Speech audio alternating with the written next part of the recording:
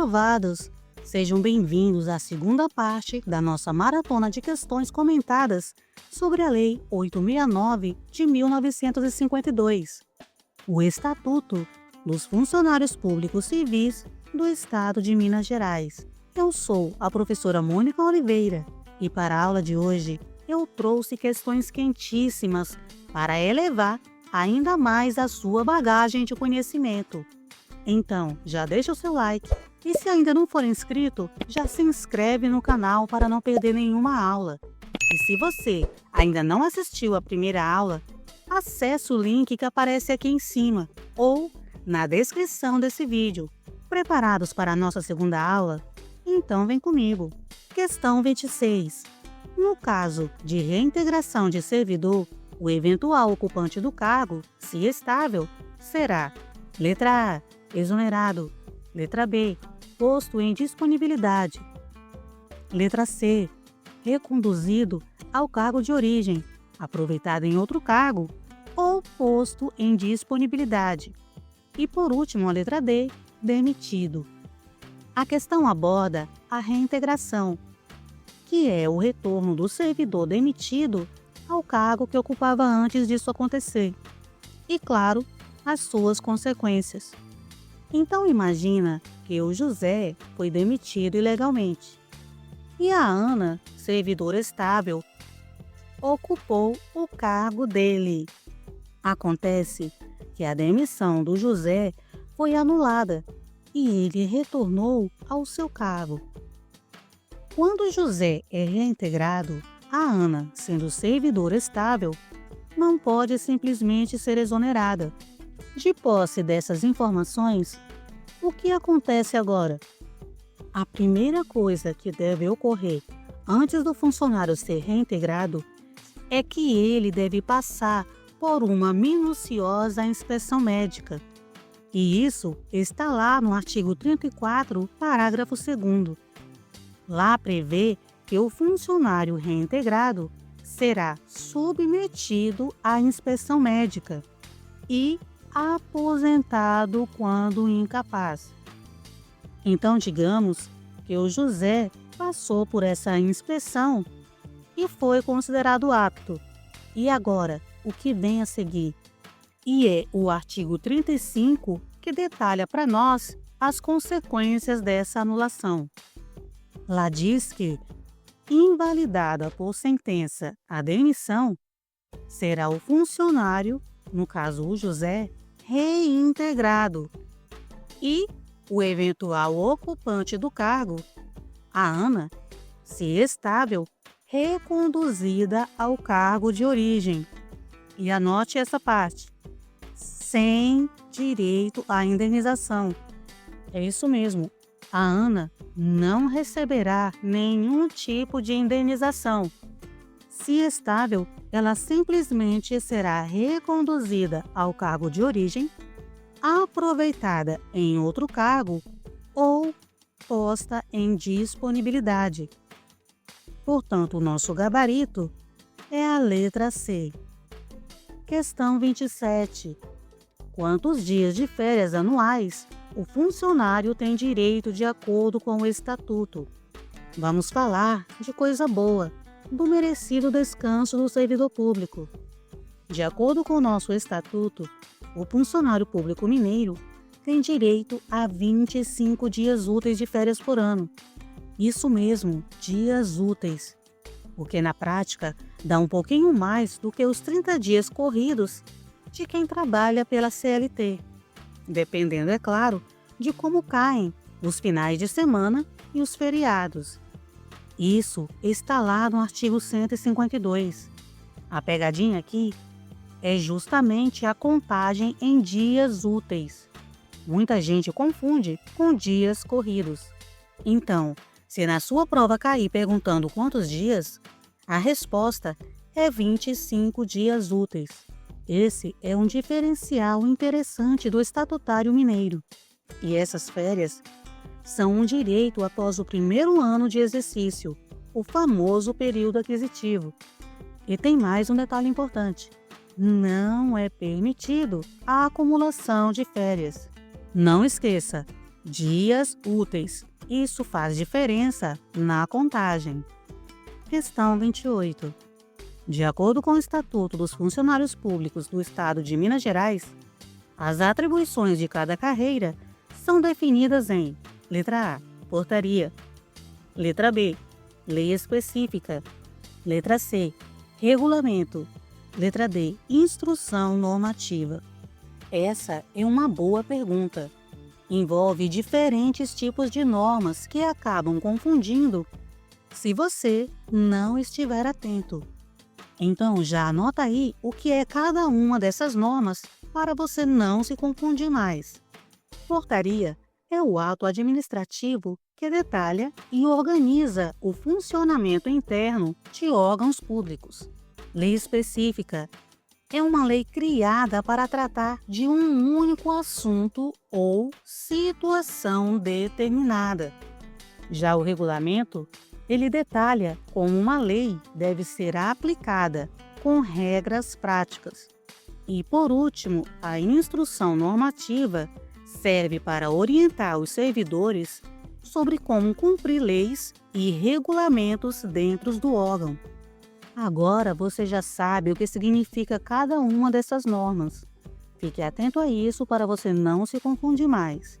Quanto à resposta da nossa pergunta, nós vamos encontrar lá no artigo 7º, que é curto e direto.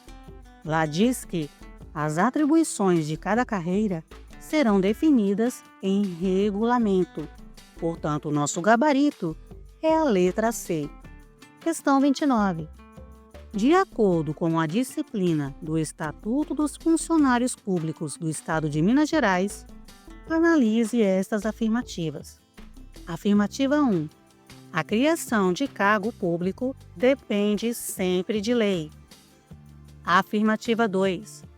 As atribuições inerentes a uma carreira funcional podem ser indistintamente cometidas aos funcionários de suas diferentes classes.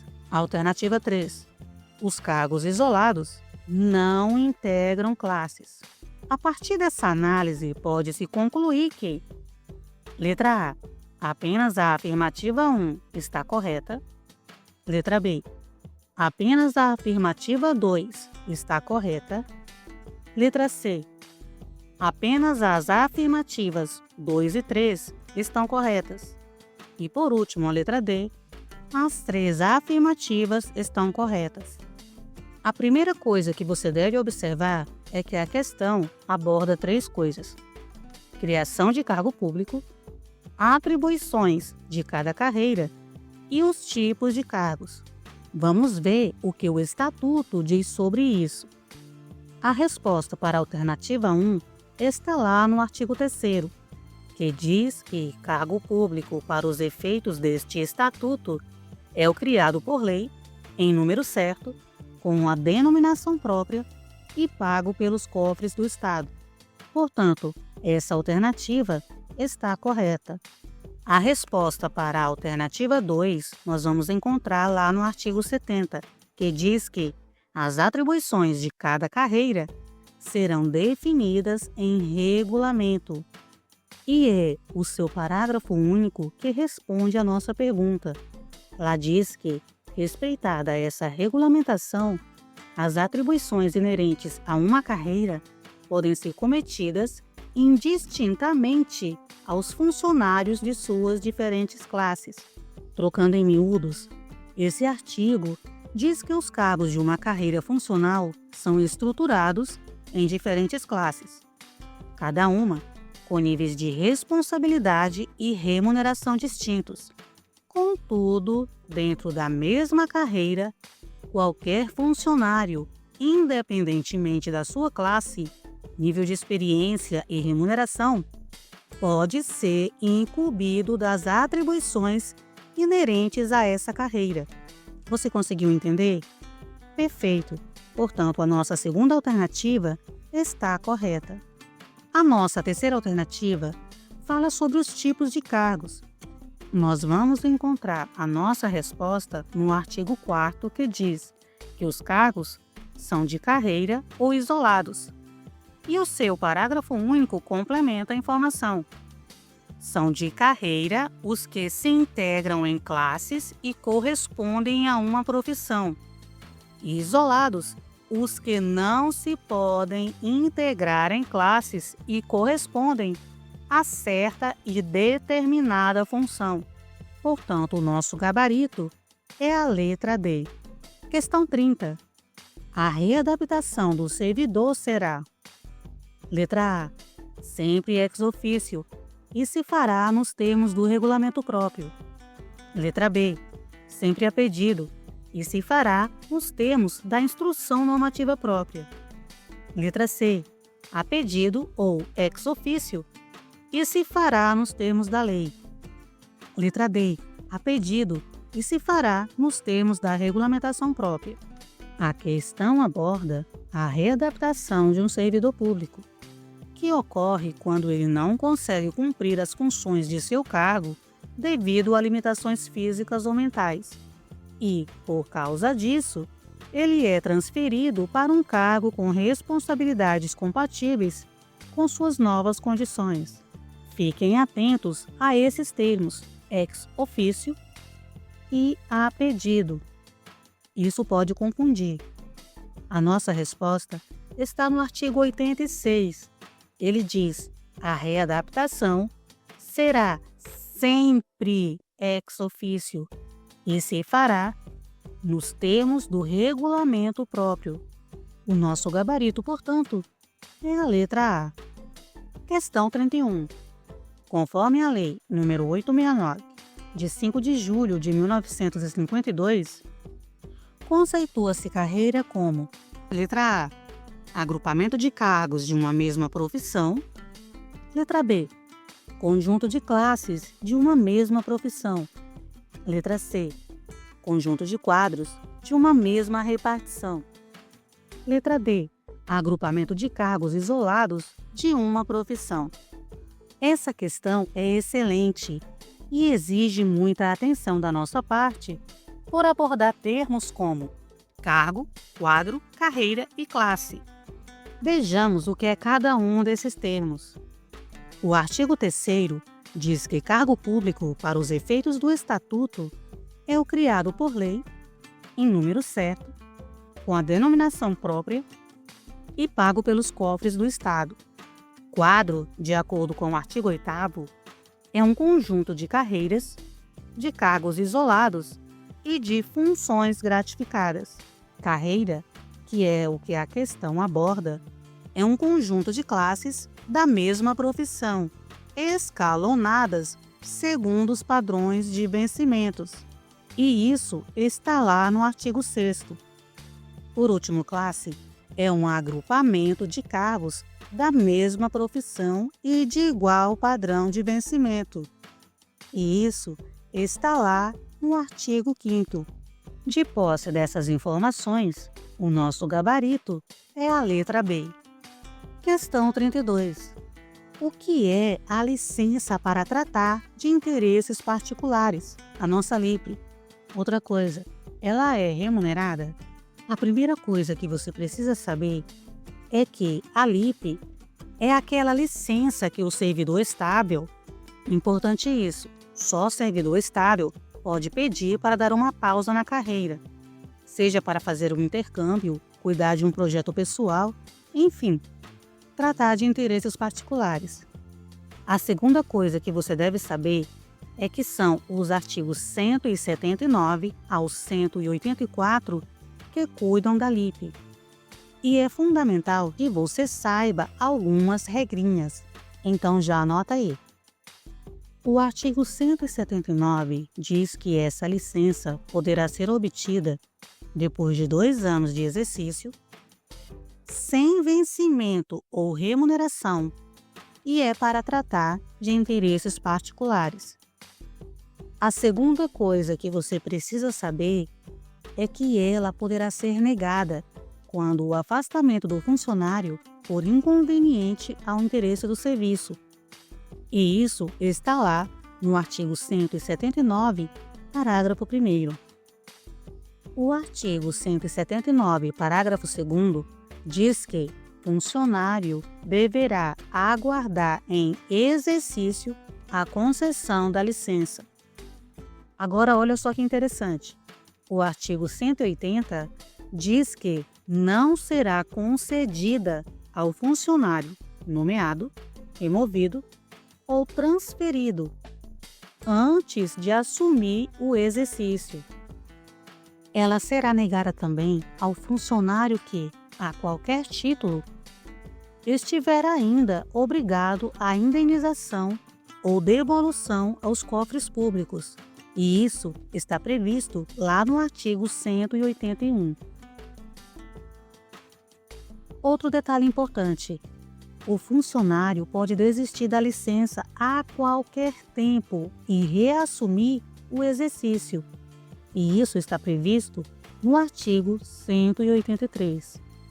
Há uma coisa muito importante que você precisa saber, é que a licença pode ser cassada, e isso está previsto no artigo 184. Lá diz que a autoridade que houver concedido a licença poderá, a todo tempo, desde que o exija o interesse do serviço público, cassá-la, marcando razoável prazo para que o funcionário licenciado reassuma o exercício. Agora, a pergunta que não quer calar: a LIP é remunerada? A resposta é não. Nós já vimos isso, se você não tiver percebido, na nossa primeira regra. Durante a LIP, a licença não é remunerada. É como se o seu contrato ficasse congelado. Você conseguiu entender direitinho essa parte? Beleza, então vamos continuar. Questão 33. Sobre a frequência e o horário, assinale a alternativa correta.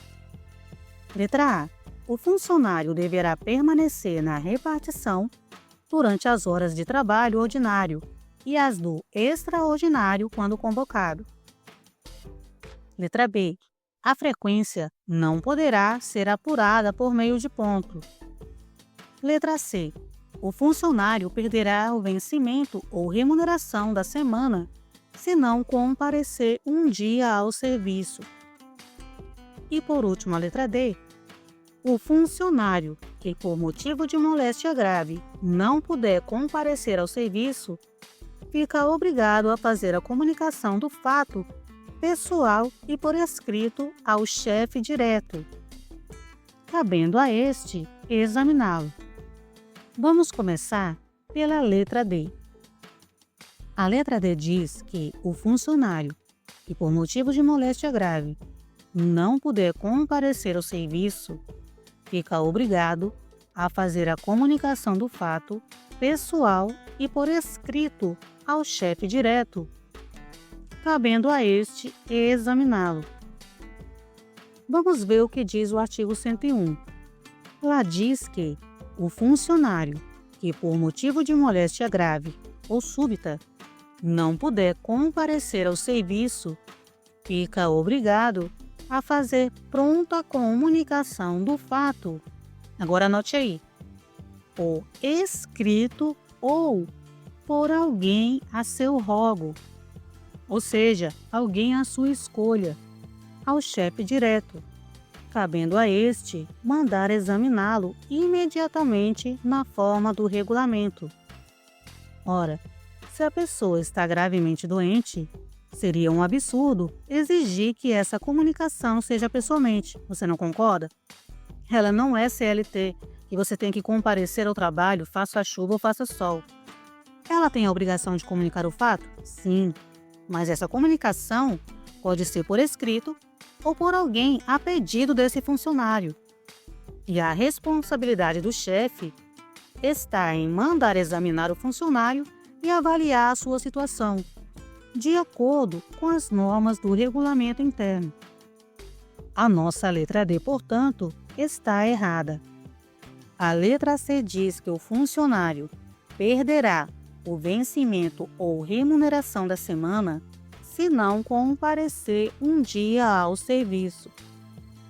É o artigo 99 que lista para nós as consequências dessas faltas. Então vamos lá, anote aí. O funcionário perderá o vencimento ou remuneração do dia se não comparecer ao serviço. Perderá 1/5 do vencimento ou remuneração quando comparecer depois da hora marcada para início do expediente, até 55 minutos. Perderá o vencimento ou remuneração do dia quando comparecer na repartição sem a observância do limite horário que nós vimos no inciso anterior. Perderá 4/5 do vencimento ou remuneração quando se retirar da repartição no fim da segunda hora do expediente. Perderá 3/5 do vencimento ou remuneração quando se retirar no período compreendido entre o princípio e o fim da terceira hora do expediente. Perderá 2/5 do vencimento ou remuneração quando se retirar no período compreendido entre o princípio e o fim da quarta hora. Perderá 1/5 do vencimento ou remuneração quando se retirar do princípio da quinta hora em diante. O erro da questão está em dizer que essa perda de vencimento ou remuneração ocorrerá se for por semana. Como nós vimos no inciso 1, ele perderá o vencimento ou remuneração do dia e não da semana. Portanto, a nossa letra C também está errada. A letra B diz que a frequência não poderá ser apurada por meio de ponto. E já adianto, a letra B também está errada. A frequência será apurada por meio do ponto. É o que diz o artigo 94. Bom, só nos resta a letra A. Então vamos ver o que a torna correta. A letra A diz que o funcionário deverá permanecer na repartição durante as horas de trabalho ordinário e as do extraordinário quando convocados. E ela é justamente a repetição literal do artigo 93. Portanto, o nosso gabarito é a letra A. Questão 34.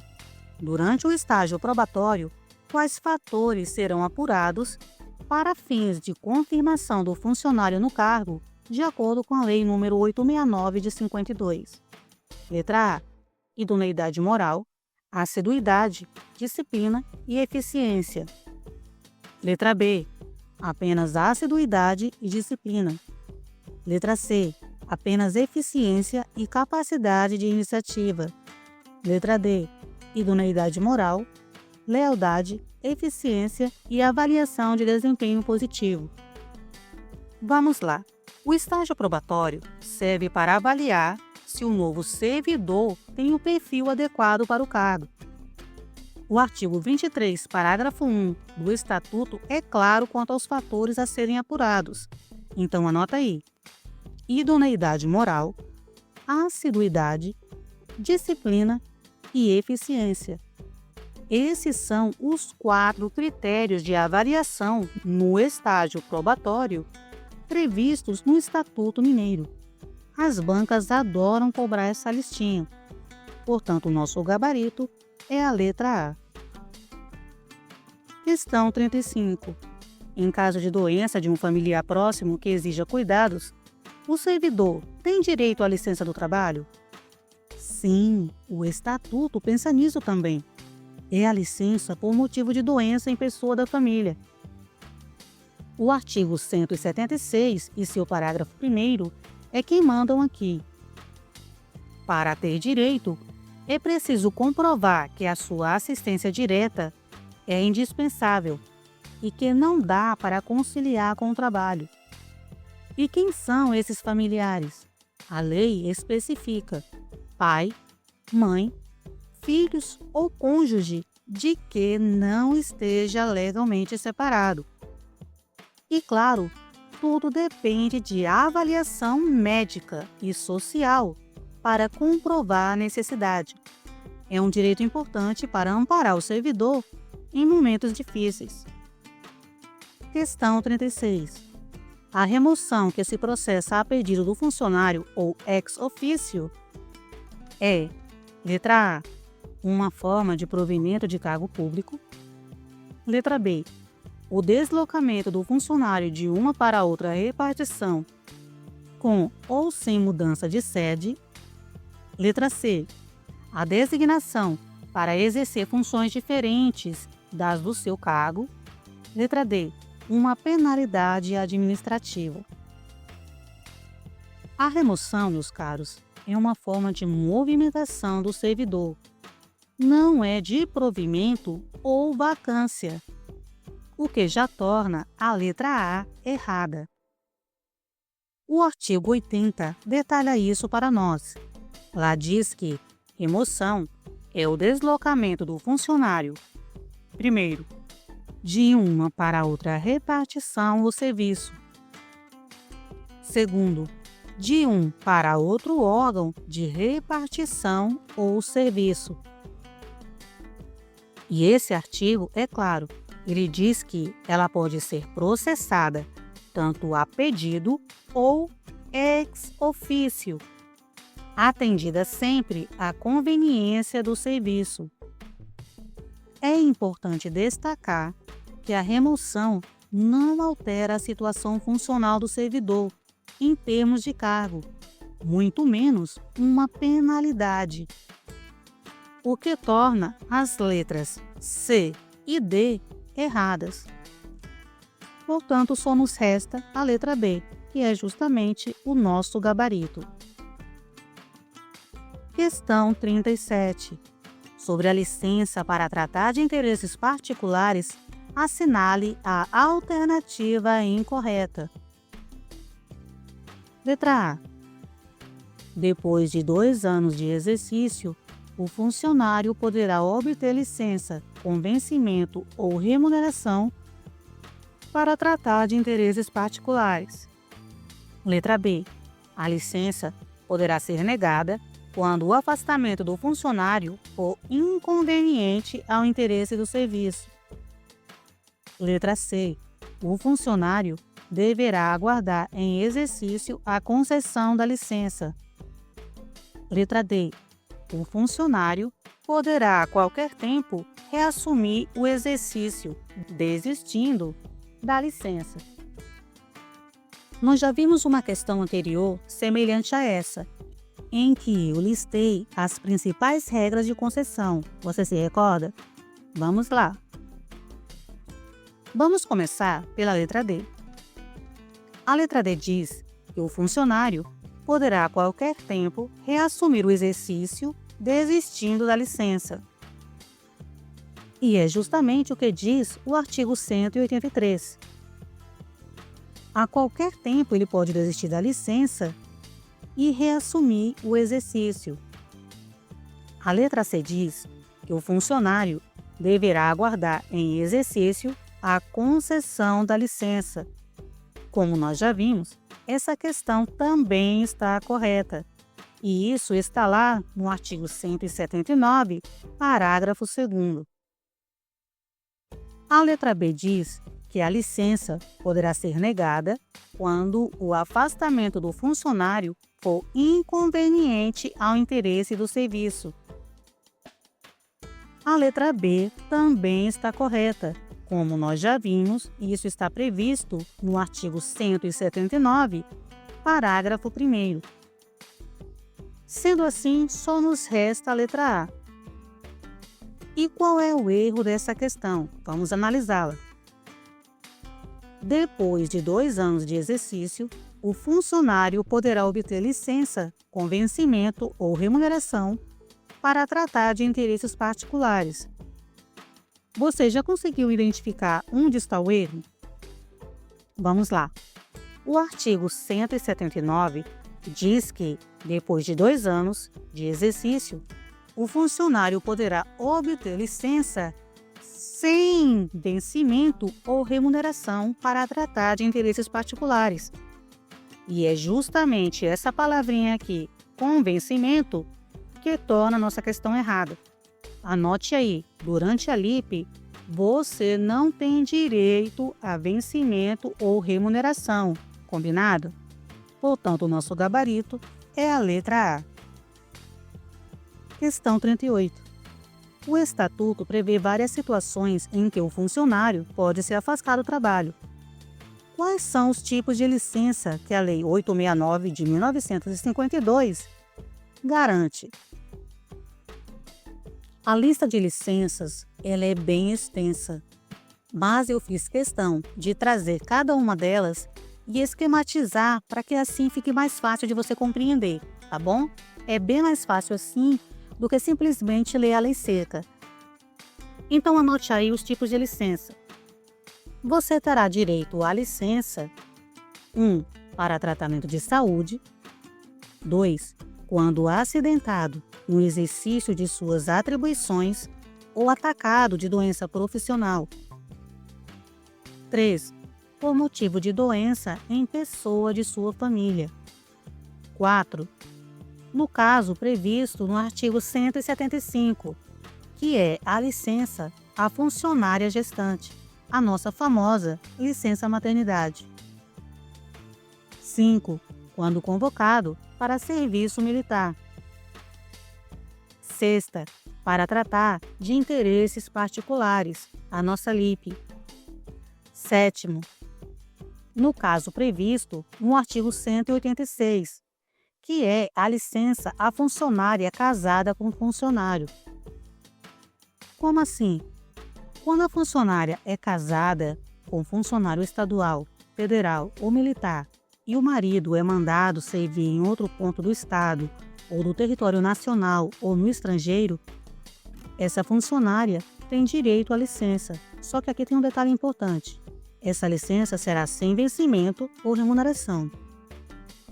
Se você observar, o Estatuto prevê 7 tipos de licenças a que você tem direito. E todas elas estão listadas a partir do artigo 158.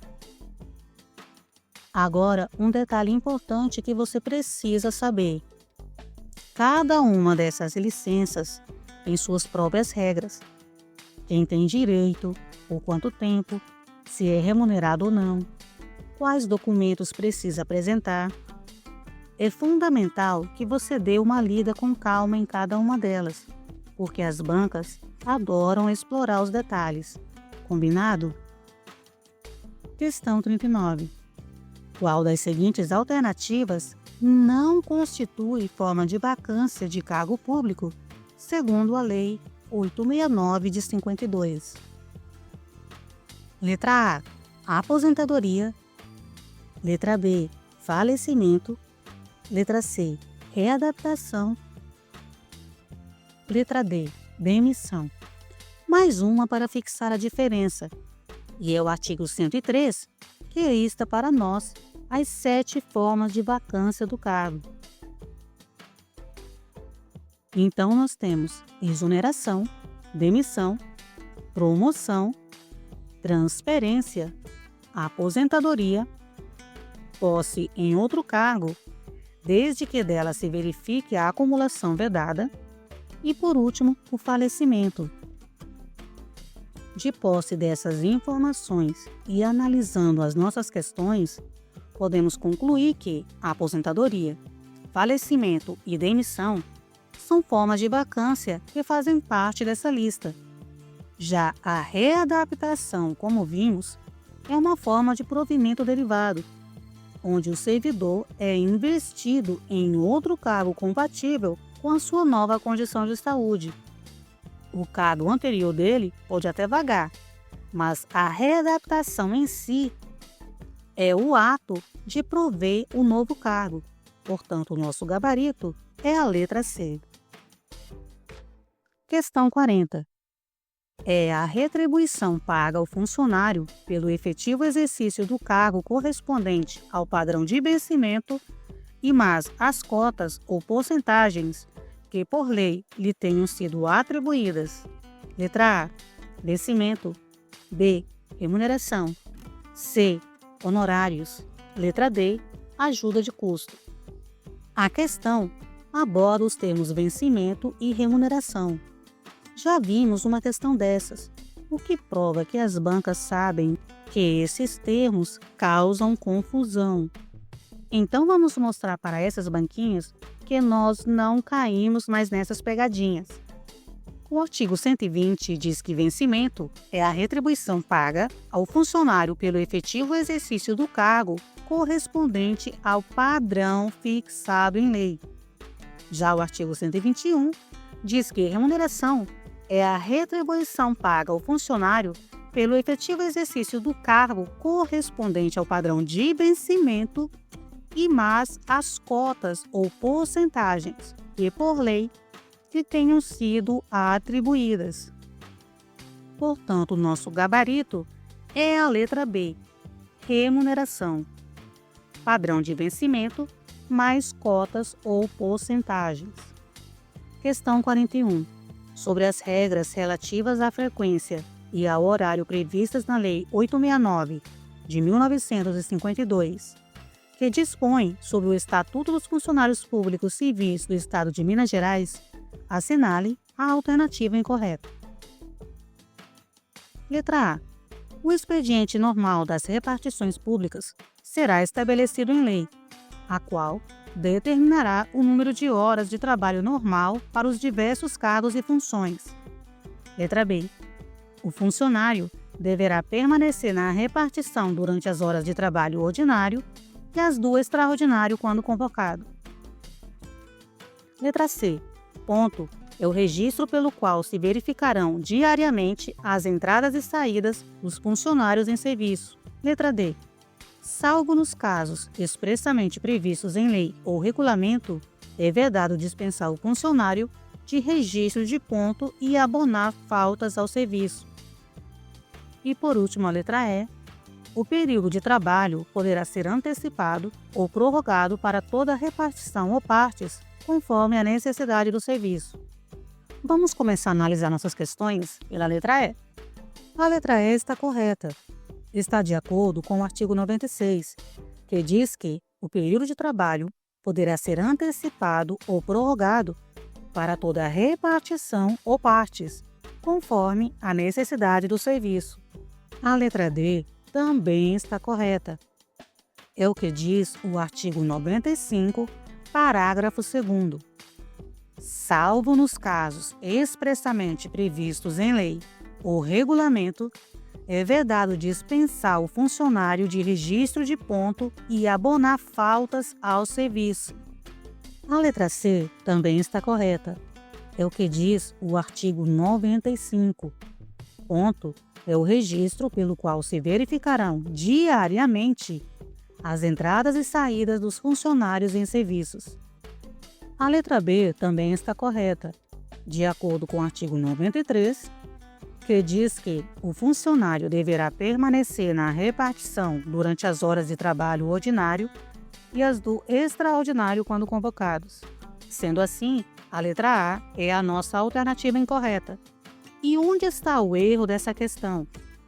Está em afirmar que o expediente normal das repartições públicas será estabelecido em lei. O artigo 92 diz que o expediente normal das repartições públicas será estabelecido pelo governo em decreto, não é lei, é decreto, no qual determinará o número de horas de trabalho normal para os diversos cargos e funções. Nosso gabarito incorreto é a letra A. Questão 42. Quais são os deveres do funcionário público segundo a Lei 869 de 52? A lista de deveres é extensa, mas alguns são o coração da boa conduta no serviço público. Então anota aí os principais. Ser assíduo e pontual, ou seja, chegar na hora e não faltar à toa. Ser discreto, não sair fofocando sobre o trabalho. Tratar as pessoas com urbanidade, educação e respeito, né, gente? ser leal à instituição que serve e guardar sigilo sobre os assuntos da repartição que não podem ser públicos. Obedecer às ordens dos superiores, desde que não sejam ilegais, é claro. Se o servidor souber de alguma prática irregular, como corrupção, fraudes, abusos de poder, dentro da administração pública, ele tem a obrigação de denunciá-lo à autoridade competente, para que a situação seja investigada e sanada. Proteger e manter o material que está sob a sua responsabilidade de forma eficiente, evitando desperdícios e danos. O funcionário público tem o dever de manter a sua declaração de família atualizada e em bom estado no seu registro pessoal. Isso garante que a administração tenha os dados corretos sobre os seus familiares, o que é importante para diversos fins, como a concessão de benefícios e a identificação de dependentes para efeitos de gratificações ou outros direitos. O servidor público tem a obrigação de fornecer o acesso a informações e documentos de forma rápida e eficiente a esses dois tipos de solicitações, para garantir a defesa dos interesses do Estado e para garantir que o cidadão possa exercer seus direitos. O artigo 216 traz um rol bem completo desses deveres. Pensa neles como o manual de boas maneiras e profissionalismo do servidor. Cumprir esses deveres não é só para evitar punição, é para garantir um serviço público de qualidade, eficiente e que inspire confiança na população. A ética no serviço público começa aqui, no cumprimento dessas obrigações básicas. Questão 43. Sem prejuízo do vencimento, remuneração ou qualquer outro direito ou vantagem legal, o funcionário poderá faltar ao serviço até 8 dias consecutivos por meio de: Alternativa 1, casamento. Alternativa 2, falecimento do cônjuge, filhos, pais ou irmãos. Alternativa 3, prestação de concurso público ou curso de formação de interesse pessoal, limitado a uma ocorrência anual. Estão corretas apenas a alternativa 1, apenas a alternativa 3, apenas a alternativa 1 e 2, as alternativas 1, 2 e 3. Meus caros, essa questão aborda as concessões a que o servidor tem direito. E isso está previsto no artigo 201, que diz: sem prejuízo do vencimento, remuneração ou qualquer outro direito ou vantagem legal, o funcionário poderá faltar ao serviço até 8 dias consecutivos. Anote aí, consecutivos. Por motivo de casamento, falecimento do cônjuge, filhos, pais ou irmãos. Portanto, o nosso gabarito é a letra C. Questão 44. O que acontece se o funcionário faltar ao serviço sem causa justificada por mais de 30 dias consecutivos? Bom, aí a coisa fica feia, meu amigo. Faltar ao serviço sem causa justificada por mais de 30 dias consecutivos configura abandono de cargo. E a consequência disso é uma das mais graves, a demissão. Essa regra está no artigo 107.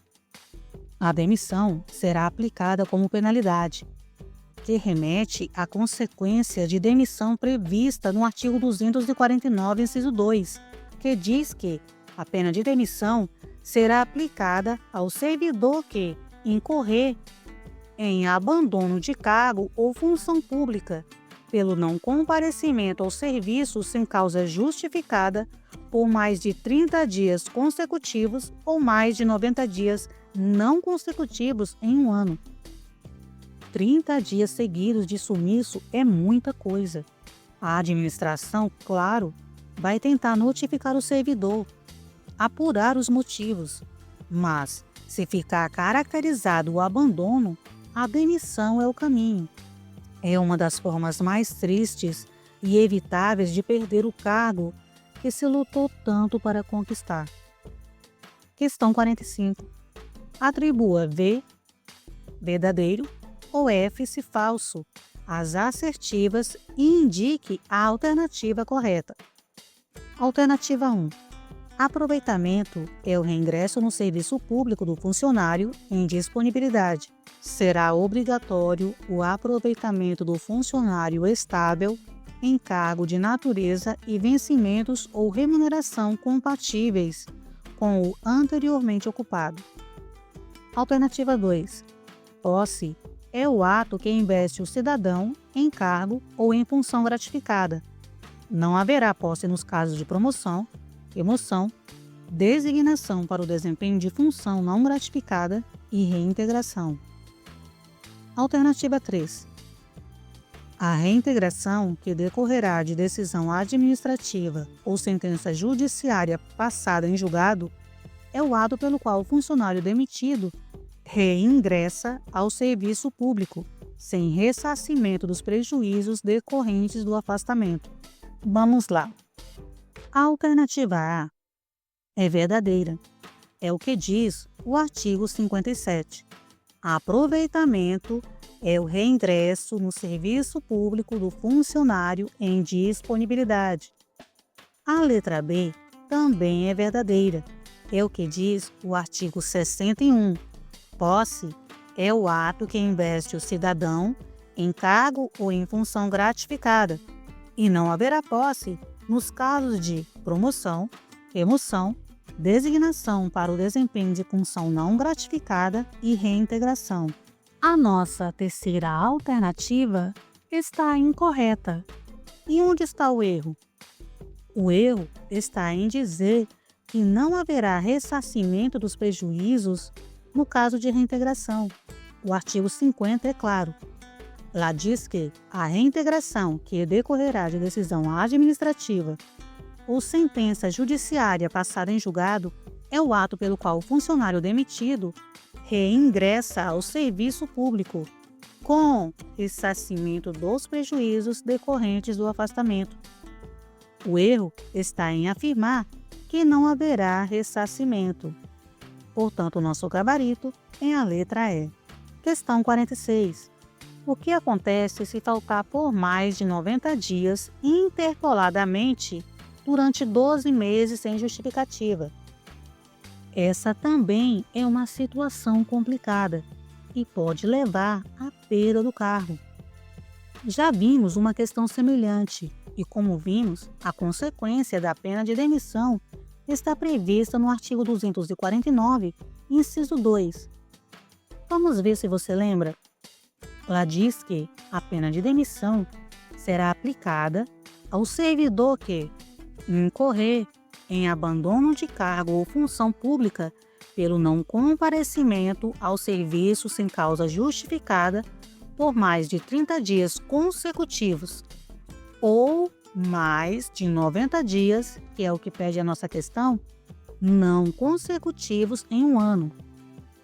Meus caros, pensar que ninguém vai notar as suas faltas, mesmo que sejam interpoladas ao longo do ano, é marcar bobeira. Questão 47. Murilo foi provido em cargo público da Administração Pública Direta do Estado de Minas Gerais mediante reversão. Segundo o que dispõe o Estatuto dos Funcionários Públicos Civis do Estado de Minas Gerais, é correto afirmar que: letra A. O provimento se deu em virtude de decisão judicial transitada em julgado. Letra B. A reversão se deu necessariamente a pedido de Murilo. Letra C. Murilo já havia sido aposentado no Serviço Público Estadual. D. Por ser determinada judicialmente, a reversão independe de inspeção médica. Letra E. A reversão tem como causa as limitações sofridas por Murilo em sua capacidade física ou mental, que o impedem de exercer as atribuições de seu cargo original. Vamos lá, gente. Vamos analisar essas questões. O artigo 54 diz que reversão é o ato pelo qual o aposentado ingressa no serviço público, após verificação em processo de que não subsistem os motivos determinantes da aposentadoria. A letra E poderia confundir um pouco, mas o próprio artigo 54 já elimina esta alternativa, ou seja, não são as limitações sofridas pelo Murilo que causaram a reversão, mas a inexistência de motivos para que ele continue aposentado. A reversão ocorre assim do nada? Não, existem algumas regras. O parágrafo 1º diz que a reversão far-se-á a pedido ou ex officio. Só com essa informação já podemos eliminar as letras A, B e D. O parágrafo 2º diz que o aposentado não poderá reverter a atividade se contar mais de 55 anos de idade. E o parágrafo 3º diz que, em nenhum caso, poderá efetuar-se a reversão, sem que, mediante inspeção médica, fique provada a capacidade para o exercício da função. Com essa informação aqui, já eliminaríamos a letra D. O nosso gabarito, é claro, será a letra C. Mas eu quero que você anote aí essa última regra para a gente fechar esse leque de informações precisas. O parágrafo 4º diz que será cassada a aposentadoria do funcionário que reverter e não tomar posse e entrar em exercício dentro dos prazos legais. Fique atento a isso, combinado? Questão 48. Considerando-se o estabelecido na Lei 869 de 1952, que dispõe sobre o Estatuto dos Funcionários Públicos Civis do Estado de Minas Gerais, assinale a alternativa que complete corretamente o texto, salvo casos de absoluta conveniência a juízo do governador do Estado. Nenhum funcionário poderá permanecer por mais de 4 anos em missão fora do Estado, nem exercer outra, senão depois de corridos 4 anos de serviço efetivo no Estado, contados da data do regresso. A gratificação a título de representação, quando em serviço ou estudo fora do Estado, será autorizada pelo governador do Estado, levando em conta o vencimento e a duração certa ou presumível do estudo e as condições locais, salvo se a lei ou regulamento já dispuser a respeito. A gratificação terá limite, letra A, máximo de 100% do vencimento do funcionário. Letra B, mínimo de 1/3 do vencimento do funcionário. Letra C, máximo de 50% do vencimento do funcionário. Letra D, máximo de 1/3 do vencimento do funcionário. Letra E, mínimo de 50% do vencimento do funcionário. Nós vamos encontrar a resposta para essa questão no artigo 146 e no seu parágrafo único. Vamos ver o que ele diz? Lá diz que a gratificação a título de representação, quando em serviço ou estudo fora do Estado, será autorizada pelo governador do Estado, levando em conta o vencimento e a duração certa ou presumível do estudo e as condições legais, salvo se a lei ou regulamento já dispuser a respeito. E o parágrafo único complementa a informação e nos dá a resposta da questão. A gratificação de que trata este artigo terá limite mínimo de 1/3 do vencimento do funcionário. Portanto, o nosso gabarito é a letra B. Questão 49. Com relação ao direito de petição previsto na Lei Estadual nº 869 de 1952 e suas alterações posteriores, é incorreto afirmar que: letra A, o requerimento será dirigido à autoridade competente para decidi-lo e será encaminhado por intermédio daquela a que estiver imediatamente subordinado o requerente. Letra B, o pedido de reconsideração será dirigido à autoridade que houver expedido o ato ou proferido a primeira decisão, não podendo ser renovado. Letra C. Os pedidos de reconsideração e os recursos têm efeito suspensivo. Letra D. O direito de pleitear na esfera administrativa prescreverá, em geral, nos mesmos prazos fixados para as ações próprias cabíveis ao Judiciário quanto à espécie. A questão aborda o direito de petição e é o artigo 191 que garante ao funcionário o direito de requerer ou representar. A letra A diz que o requerimento será dirigido à autoridade competente para decidi-lo e será encaminhado por intermédio daquela a que estiver imediatamente subordinado o requerente. O artigo 192 diz que o requerimento será dirigido à autoridade competente para decidi-lo e encaminhado por intermédio daquela a que estiver imediatamente subordinado o requerente. Como você pode ver, a alternativa A é a literalidade do artigo 192. Portanto, essa afirmação está correta.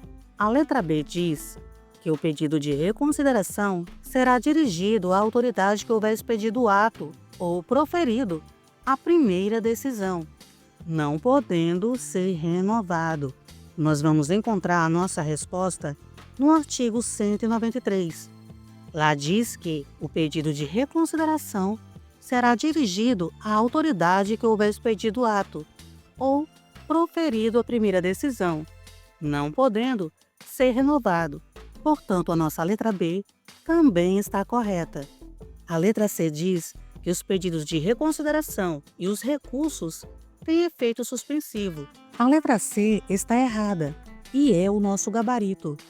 Mas onde está o erro da questão? Nós vamos encontrar a nossa resposta no artigo 195.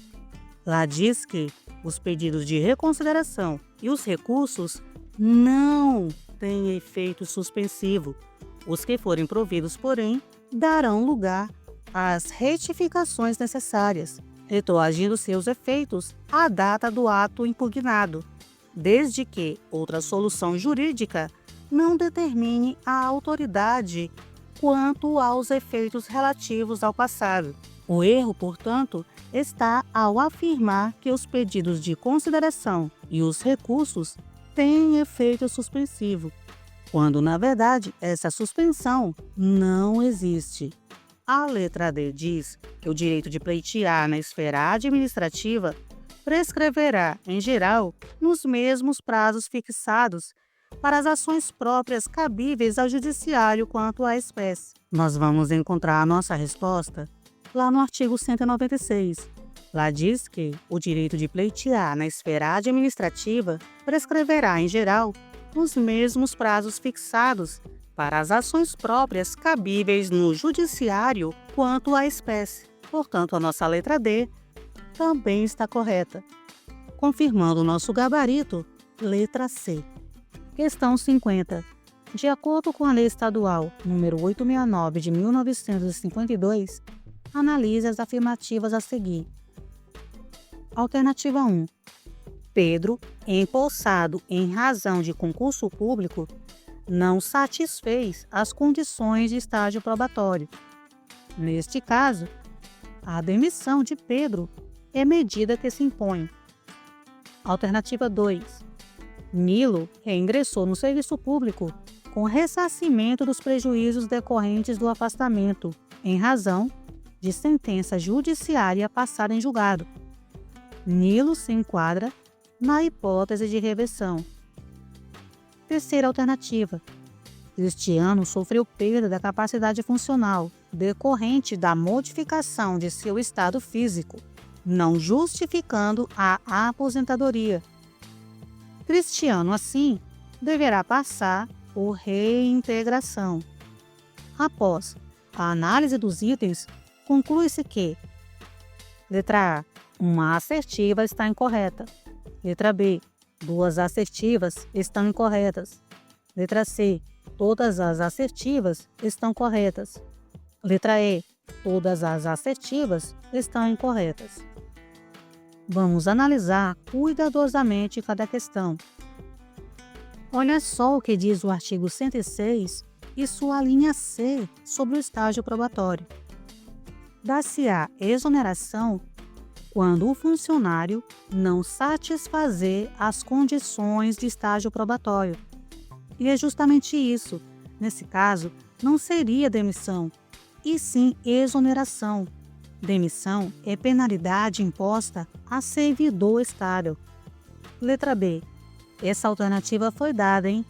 Ela detalha um caso de reintegração e afirma que isso se define como reversão.